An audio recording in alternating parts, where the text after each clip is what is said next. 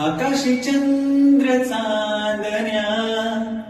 तोडून मी कानल्या, मनाचा पाळणा करू बांधून घे जरा झुला, डोळ्यात तूच साजनी सुखाचा स्पर्श तू नवा, तुझ्या विना उरेन अर्थ जीवना, उजळे तुझ्या हसूनी कनकन, अन चंद्र हे हातीचे काकन.